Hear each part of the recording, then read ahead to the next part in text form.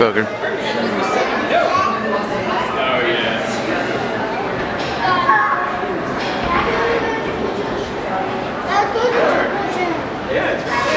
Daddy, chase us. Can you chase us around the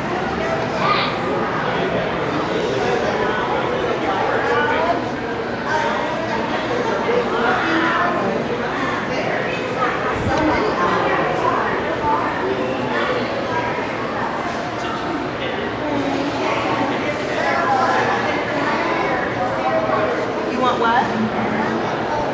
You want to dance with the robots? That's where we're going. We got to go in there, okay? We were just looking at these.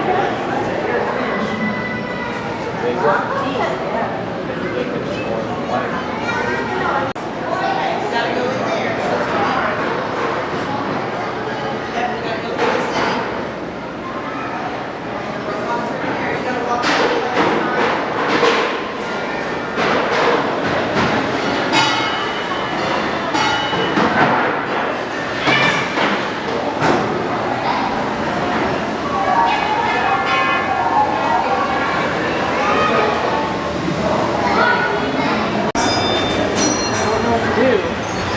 I think you just make noise.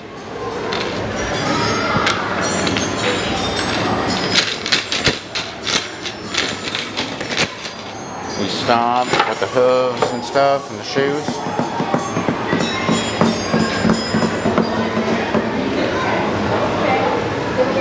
You can turn that, I think. See us?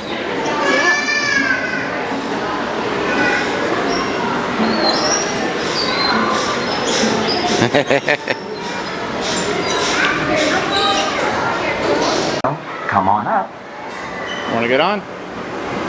Turn the dial to guess your total combined weight in 5, 4, 3, 2, 1. Time is up. Hold still while I calculate your weight.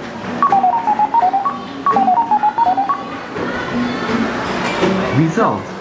You weigh almost as much as a baby grand piano. Good job. Enjoy the rest Is of this your thing day. saying we're fat?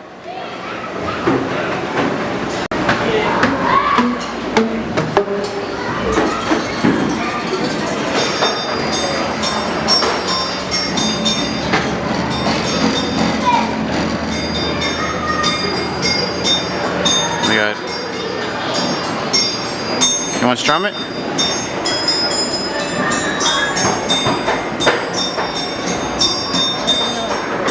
Huh? I don't know how to play this. Just make noise. Like on this, just beat on it.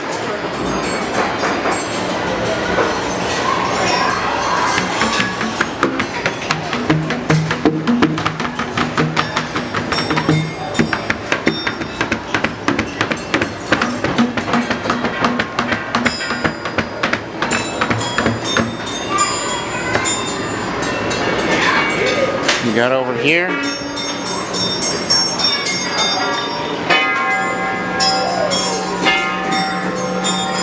Washboards.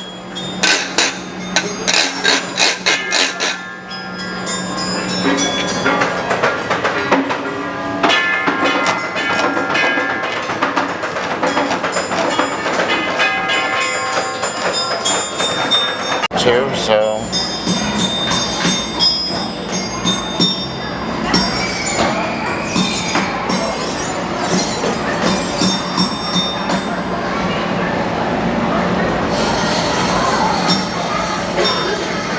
Can I try? yeah.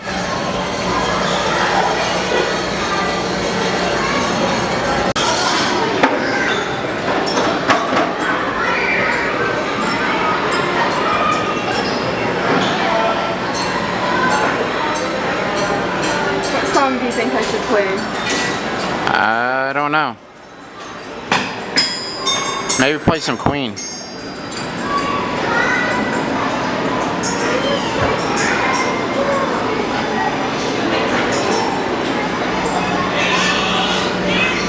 It's not working. It's working. Coming out.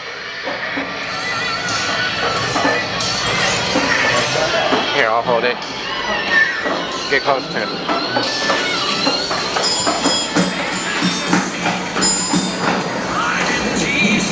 You can't really hear it. That's how music was back in like the 1800s. It wasn't very loud. Oh. Your phone speaker is louder than it was back then.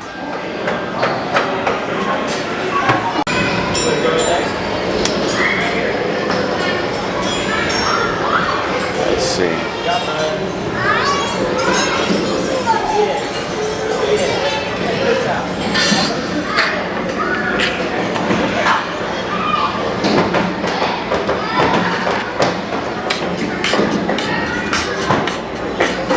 Here.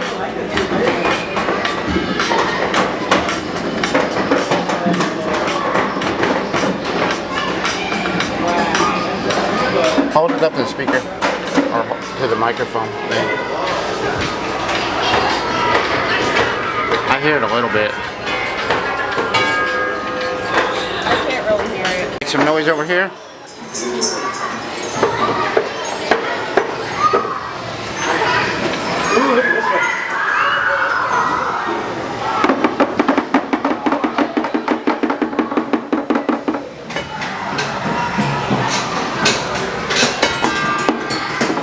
Get loud.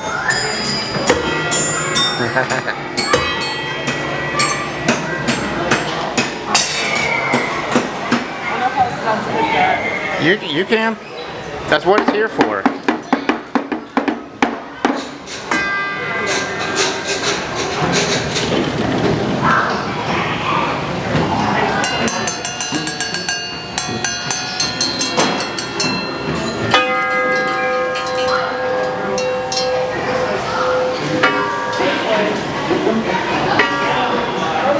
Hit it hard again. Huh? Hit it hard.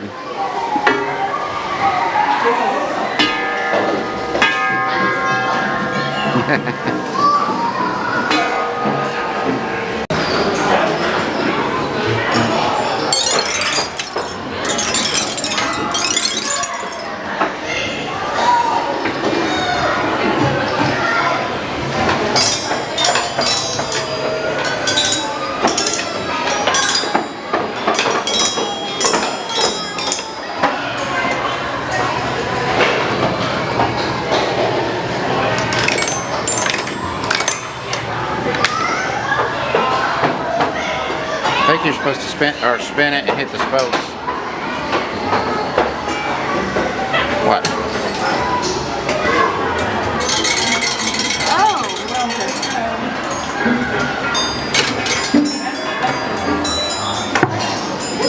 You okay? yeah.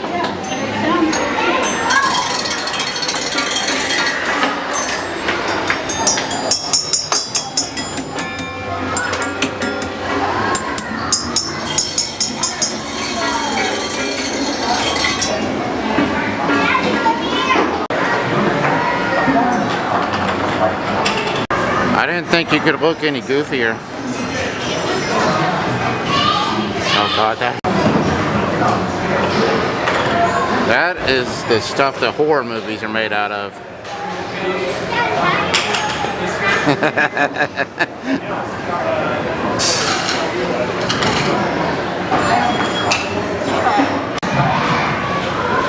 Kind of step where I was at. Like a little more in the center. And get kind of bend down.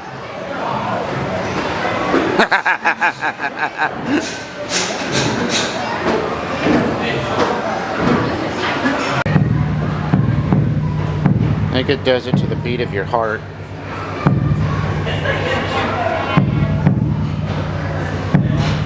Your heart rate is about 130. Damn. What? You excited?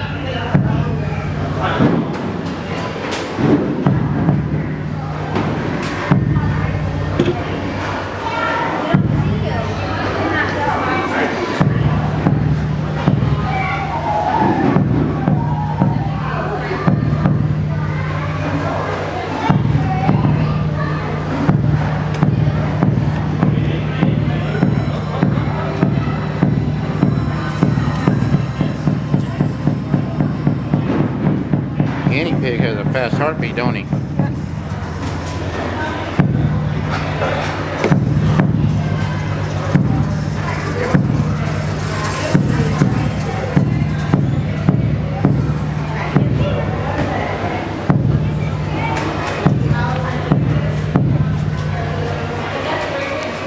get video of me? It's recording.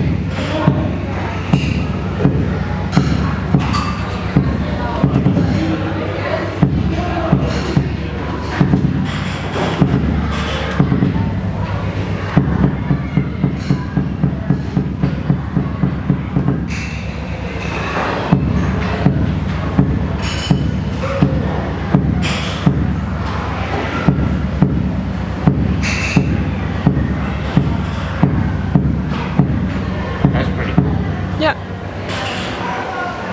Booger.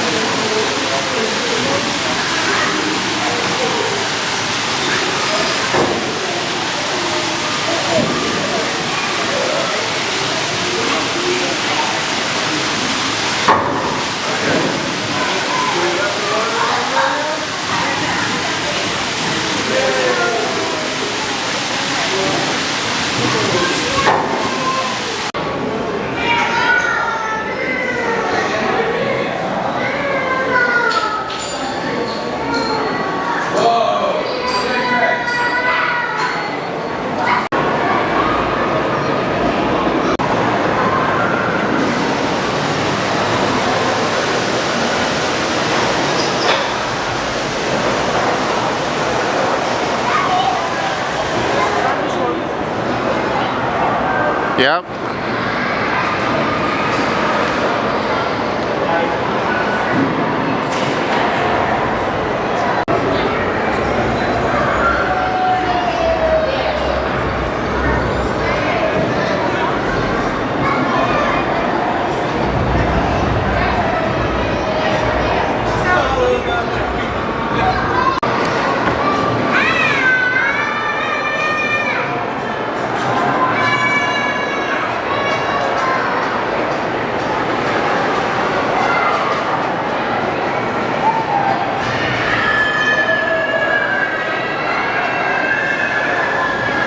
Here's a J2.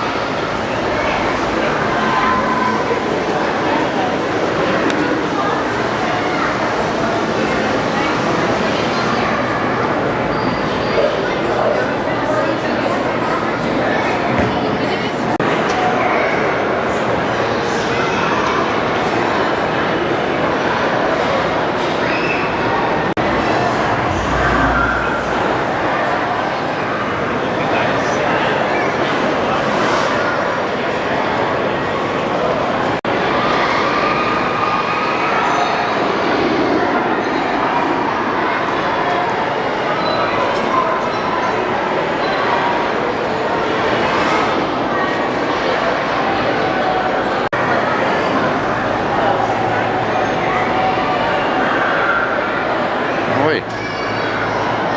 I think this thing kind of looks like Natalee. What, you don't think that looks like you? Definitely sounds like you.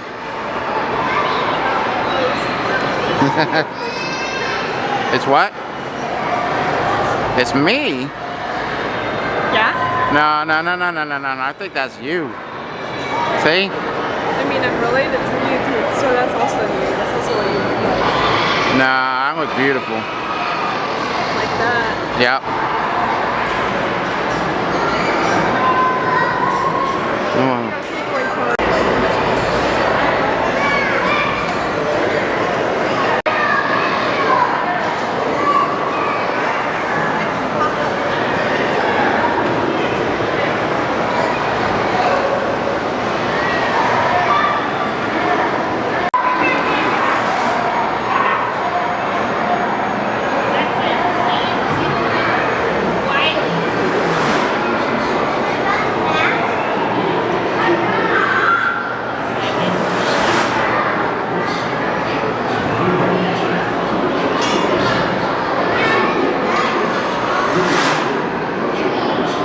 What is this?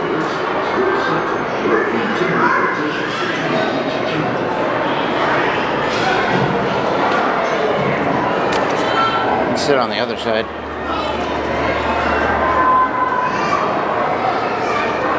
Are we supposed to do something?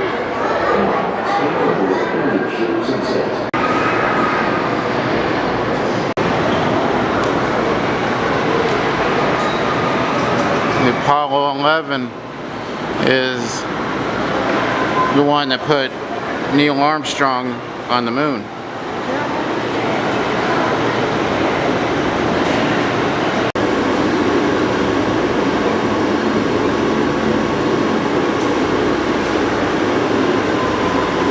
So, if I were in space, I guess I'd be weighing about 42 pounds.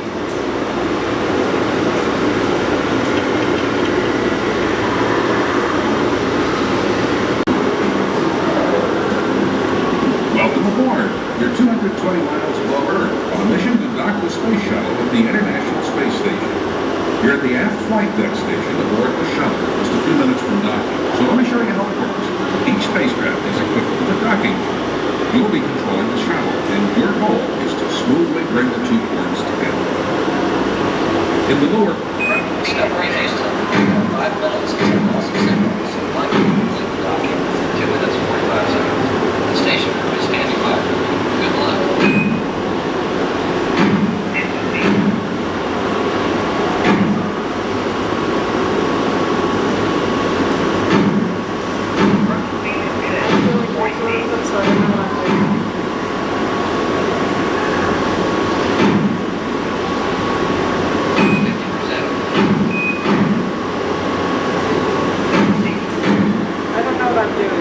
I think you're close.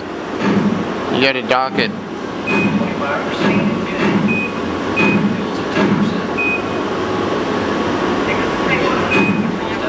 Oops, sorry, but you ran out of fuel. On the plus side, you'll have lots of time to think while you wait for rescue.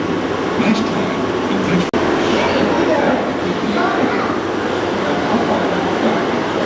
There's an overlay on the center on camera. It also shows the distance between the spacecraft and where a placement is. It's a separate line. If the target outline shows where the we're going to be aligned instead, that means we inside first. When you make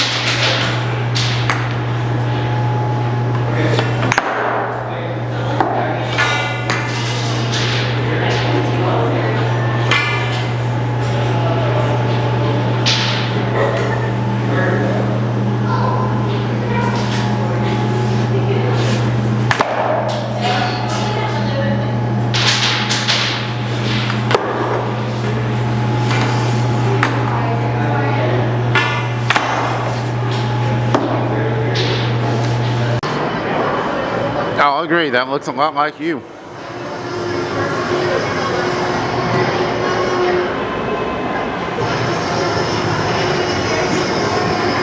It even sounds like you.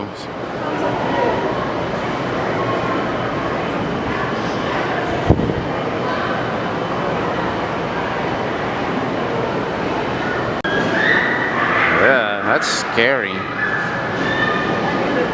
So yeah, it's scary. I was talking about you.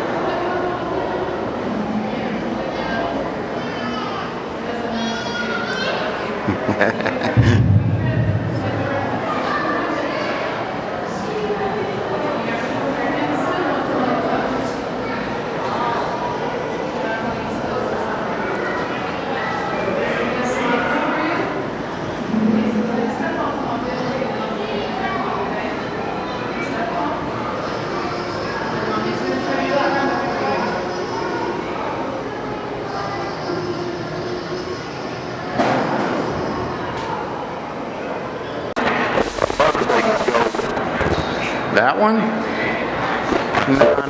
No. I think you could ride this one right here.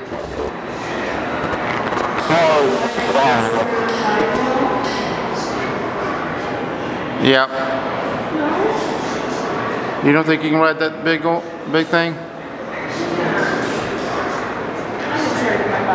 Huh? I'm inserting my body.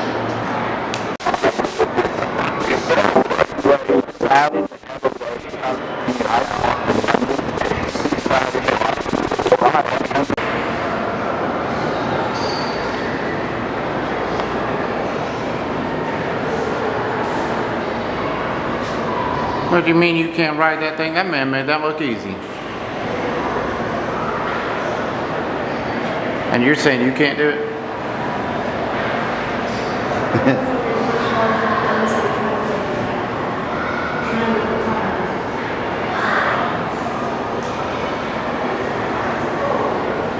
Oh, that'd be easy to jump on.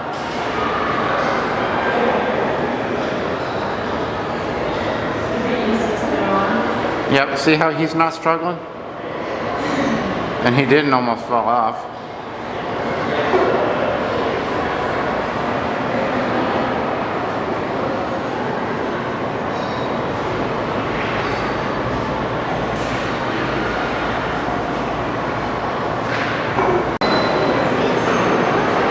Yep.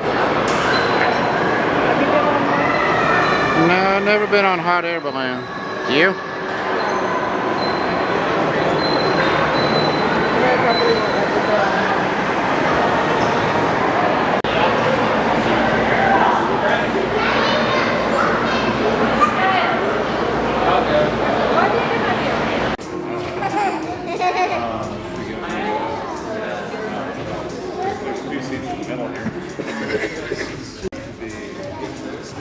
I mean, yeah, it makes sense because then we'd have the best views. Even if you miss out on the scene.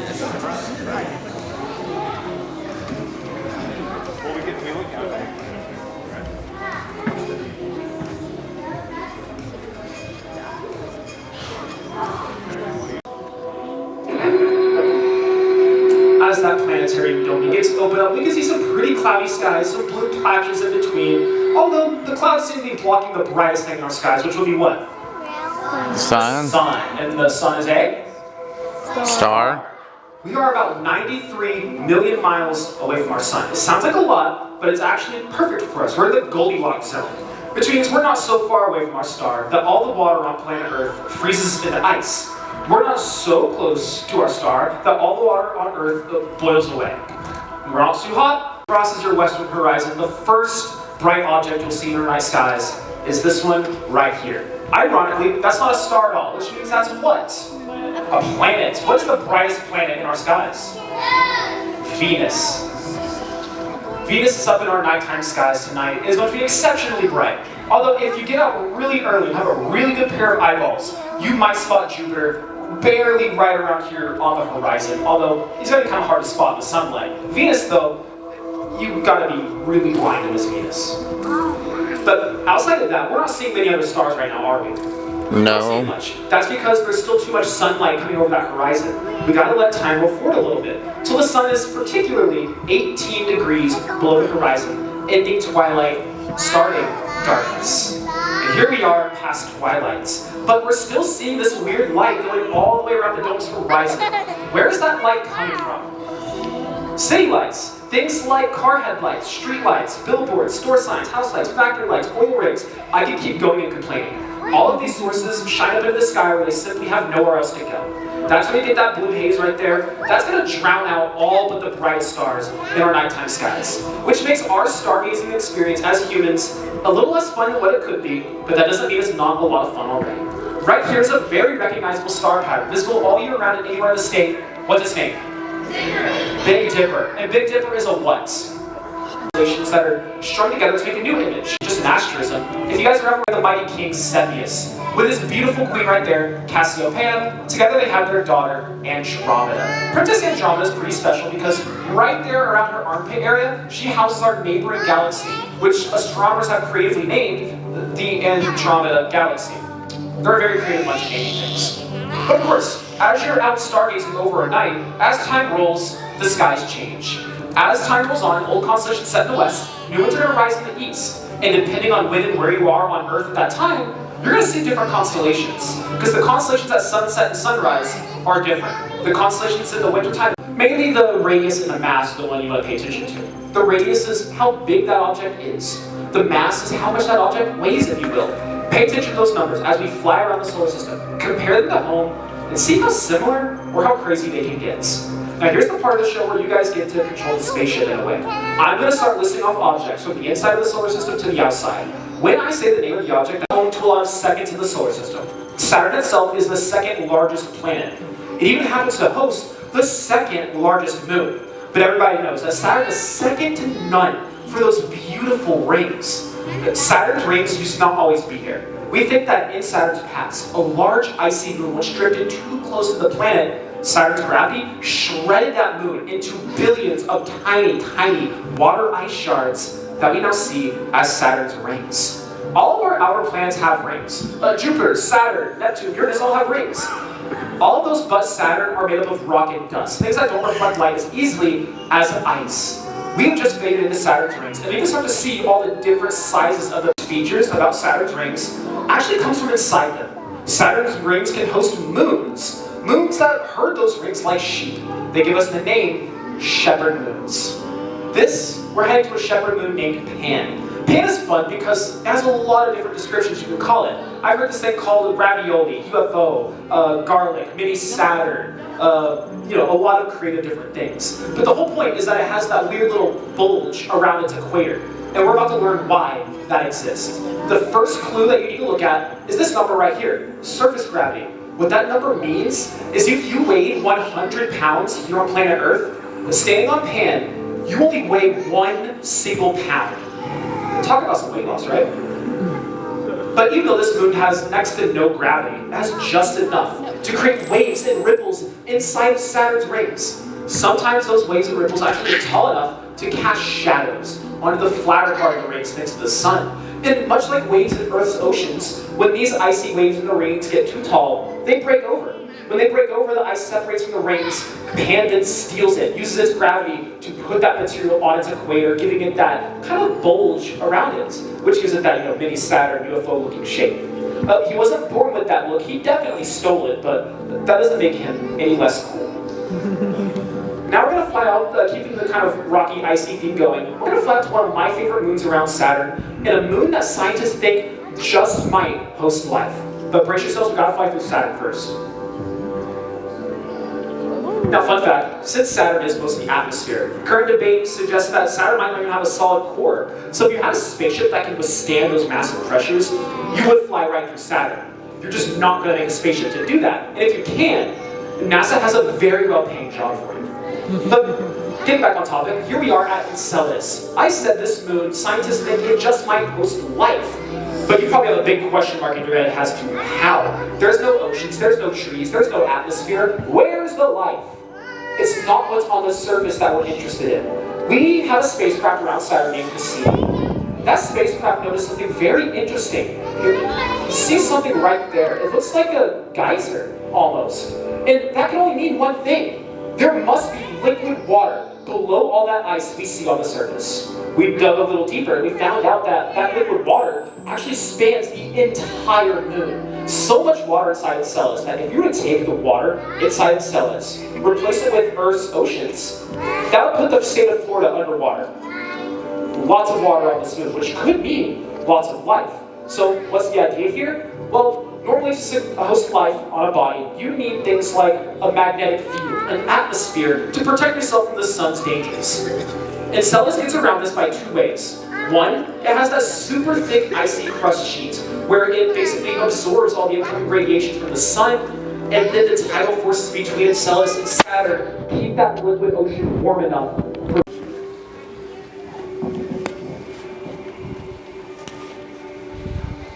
Normally, Pluto would take a better part of a decade to reach this far out in the solar system, but thanks to the planetary spaceship, we get here in just roughly 10 seconds. But here we are at Pluto. Now, we all know that Pluto used to be the 9th planet in our solar system, but then one fateful day in 2006, he was taken from us. What happened? Well, that's the story that I want to share with you guys, maybe shed some insight on why the astronomers made the decision that they did. And the best way to start this off is with our main character, Clyde Tombaugh. What you need to know about Clyde, he's a rural farmer in central Illinois. He spends his spare time building telescopes out of the random tractor parts he would find on his farm. He would use those telescopes to teach himself astronomy by looking into the nighttime skies. Now, Clyde is quietly teaching himself astronomy on his farm. Meanwhile, professional, skilled astronomers all over the world have a problem. They calculated the orbit for Neptune wrong. It's not following the path they had calculated. And they think that this is because there's another planet out past Neptune, where the gravitational influence between the two planets was causing the errors that we saw. But the issue was, those astronomers away from its moon Charon, kind of like a bad breakup. Zooming in on that glacier field, you can see these smooth ice plains bordering these jagged, jumbled ice mountains on this super sharp border. And then one of my favorite space pictures of all time, right up here. We found out that Pluto has an atmosphere, something like planets like Mercury don't even have. Maybe Pluto's more planet-like than Mercury? Just don't tell my boss I said that. But you might notice that Pluto's atmosphere looks a weird little blue. That's because it's nitrogen gas. Pluto's surface is made up of nitrogen ice, which means if you were to take Pluto and pull it towards the inner solar system, Pluto would turn into the ultimate comet, probably being a very visible daytime comet. So if we don't want to lose Pluto, he better stay out of the solar system or he's my secret. Alright, but we're about out of time for our show, but that does not mean the show is over yet. You guys get one more choice for how you'd rather end the show. Would you guys rather go watch a star die and a black hole be born, or do you want to take a trip to the edge of the universe and see all the different galaxies humans have ever discovered? Black hole. Alright, sounds like we got a winner. So we're going to turn our spaceships to a monsoon trying to shrink the star into a smaller size. The star fights this with nuclear fusion in its core. It fuses light elements into heavier ones. They start off with hydrogen, they fuse it into helium. When they run out of hydrogen fuel, they fuse the helium into something heavier. When they run out of helium, they just keep repeating this chain until the star starts to fuse iron in its core. When a star starts to form a solid core of iron, it can no longer produce fusion. It can't fight the force of gravity, which means gravity will start to win. Gravity will start shrinking that star until it shrinks and explodes very brightly. Be warned. The star has rebounded off the iron core and now sends a shockwave out at near the speed of light. And what you're left with at the center of what astronomers call supernova explosions happens to lie an object that's been crushed down by gravity into such a tiny space that has so much mass that not even the fastest thing in the universe, being light, can escape the gravity of the object. We're talking about a black hole, which unfortunately have this major misconception that they run around our universe like giant cosmic vacuum cleaners that happen to destroy everything they come across. Rest easy tonight, guys. That's not true. If you were to replace our sun with a black hole of equal mass, all the planets would continue to orbit around that black hole as if nothing even happened. They wouldn't fall straight towards it.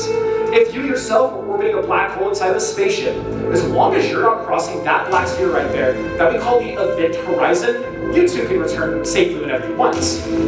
The second part of a black hole we have is this big disk of matter that we call the accretion disk. This is a big glowing disk of matter that traps superheated particles from the sun's explosion that now swirl around the black hole at super fast speeds. Rubbing a lot of stuff together creates friction. Creating a lot of friction creates heat. If you get something hot enough, you create light.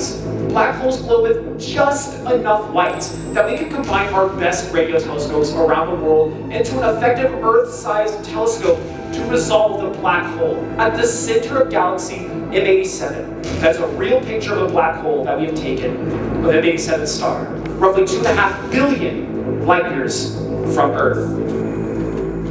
Now, the last part of the black hole we have is this big blue cloud of gas that we call a nebula. And a nebula is super rich in the material that baby stars need to form. Over the next several hundreds of thousands of years, that big blue gas cloud will collapse down to smaller points. Those smaller points will become baby stars. Maybe those stars can go on to form star systems. Maybe the stars in those star systems can grow old enough and large enough to create their own supernova, their own nebula, which is going to create even more stars and solar systems. Sort of a cosmic life cycle of the universe, if you guys will.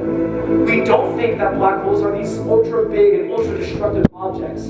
They definitely can be, but they can also be big, helping enhance the creation of solar systems, and maybe even galaxies themselves, maybe including our own Milky Way. But now, we need to turn our spaceships back home, because if we left now, we'd be navigating around a black hole, and I'm not qualified to teach everybody how to do that, so I'd rather go home safe. Now, on the way home, take note of this constellation front and center. That's Orion. That red star on his left shoulder, that's Betelgeuse. Scientists think that Betelgeuse is currently fusing iron in its core, which means it's due to go supernova anywhere in the next 10 seconds to the next 10,000 years. We don't really know. These events are extremely hard to predict. But what we do know is that Betelgeuse does go supernova in our own lifetime in seconds, because you never know. You might catch one of the universe's most stellar phenomena unfold before your very eyes. Now, as we approach back at the Science Museum of Oklahoma, now's a great time to look around your seat. Make sure you have everything gathered of all your belongings. And if you have your trays down, please put them back up in their upright and locked positions. In the event of a water landing, your seat can and will be used as an emergency flotation device. We came down in Lake Catherine last week. It wasn't fun.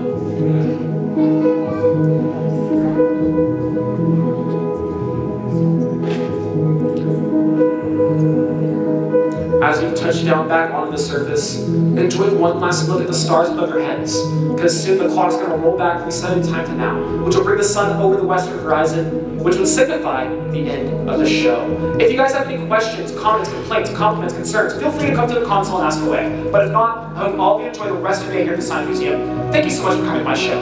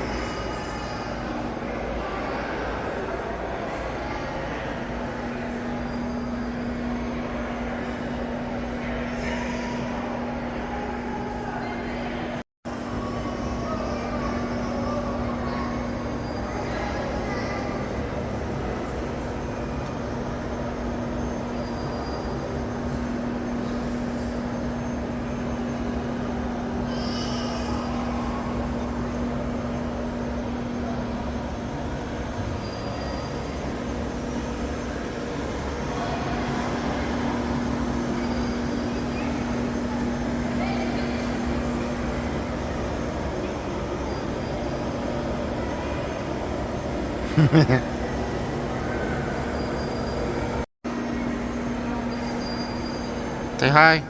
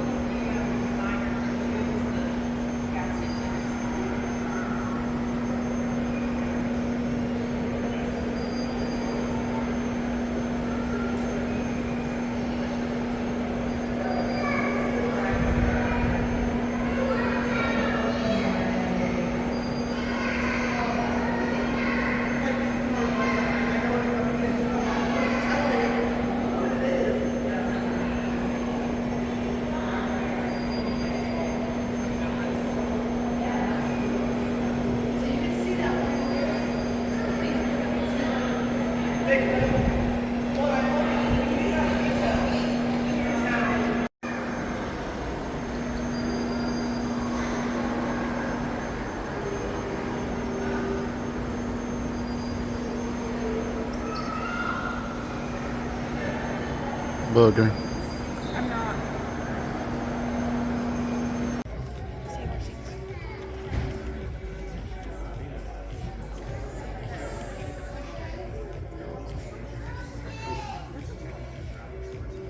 Here, this way.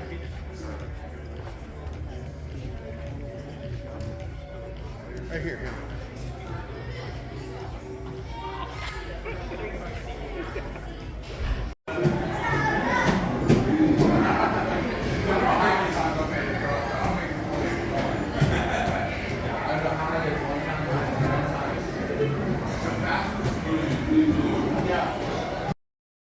Here.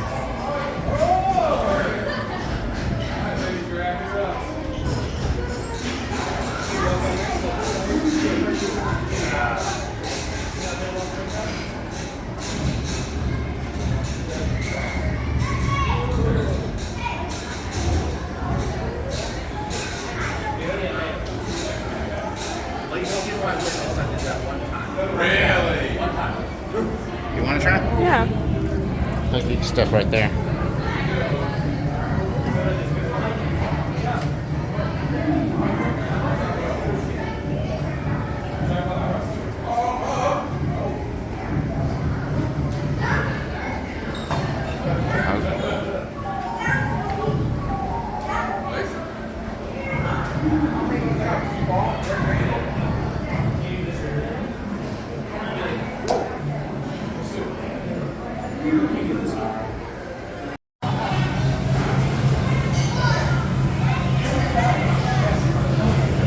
I'm beautiful, aren't I?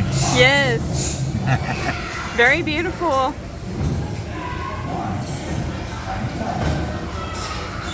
I didn't think my head could get any bigger, but damn.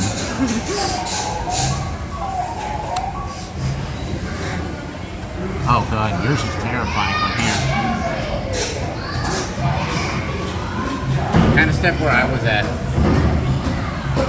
Like a little more in the center. Get kind of bend down.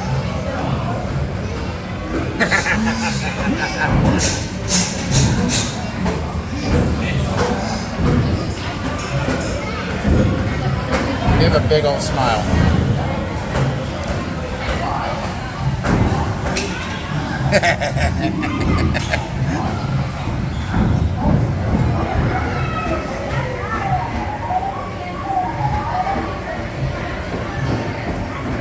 There we go.